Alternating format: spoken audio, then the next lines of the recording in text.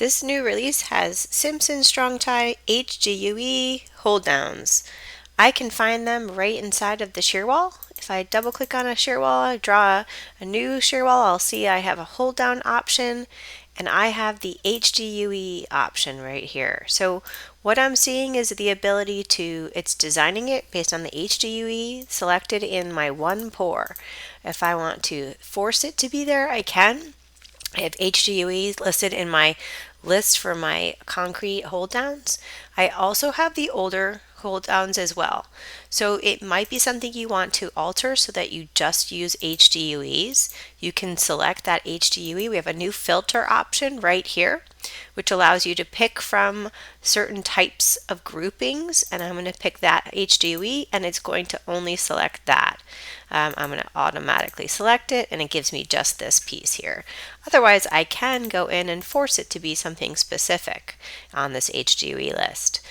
If I choose to go ahead and tell the program in the background, I can come into the database and I can come into HDUEs and see which ones are being selected. We have the same filter right here. If I want to turn off the old ones, I can do that too.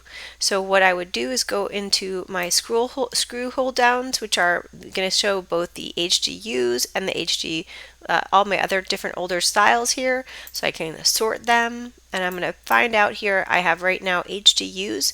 So if these are projects moving forward and I don't want to use call out these hold downs any longer, I may want to do is turn them off.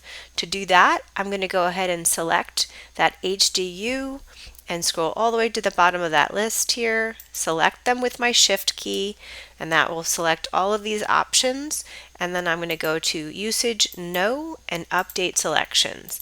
It's going to turn all of them off.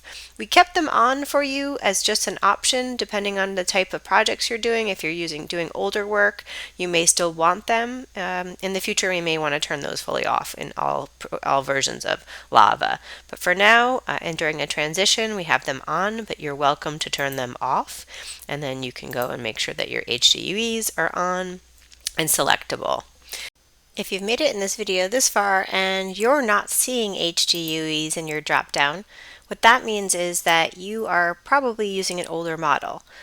So in an older model, that database is saved to the model, which means that it hasn't happened yet. So you will need to reset your database. So I'm going to just pop open an older model just to show how that works.